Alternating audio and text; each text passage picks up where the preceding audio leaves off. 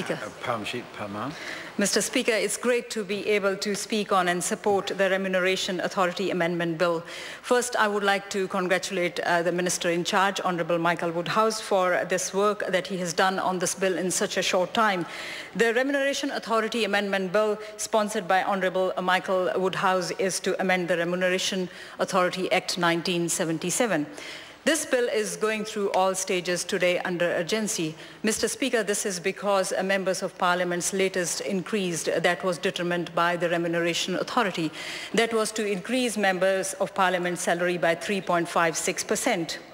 While this decision was made independently of members of Parliament, we should not be receiving this increase because this is disproportionate of the increases in the public sector. When this issue was raised by the Prime Minister, the Remuneration Authority referred to a specific criteria in the Remuneration Authority Act 1977 as the reason for this increase. And that is why, Mr. Speaker, this change is necessary. This change will tie members of Parliament's salary to the public sector. This change will take away the Remuneration Authority's discretion when setting members of Parliament's salary. Given the inflation is 0.8%, this kind of increase is not necessary. Mr. Speaker, I'm really proud to be part of this team that believes in delivering for our Kiwi families and children. We are taking action. It's not just about talking like Greens we heard. And this is not a new issue. This is not an issue that is raised first time. And it is about fairness for the taxpayer's dollar.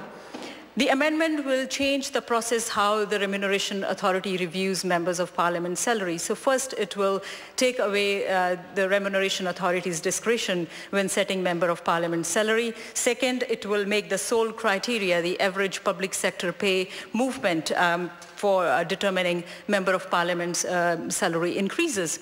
And this will be backdated to 1st July 2014.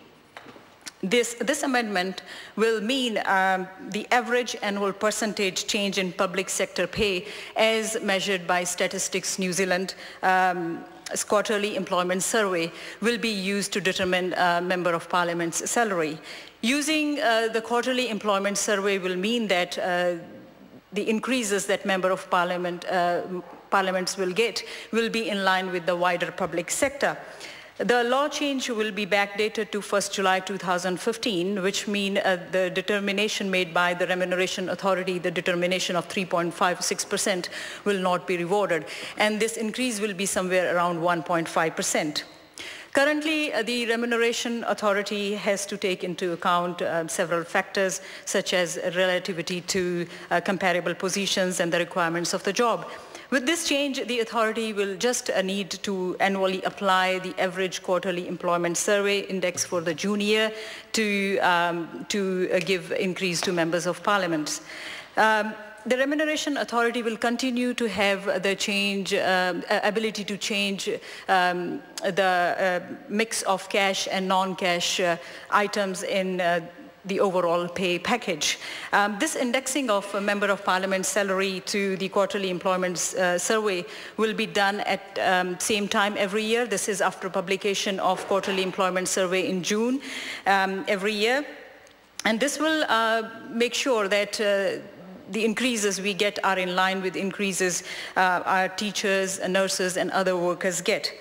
Mr. Speaker, if we get pay increases which are more than the public sector, it is not a good look, and this is not what our people expect from us.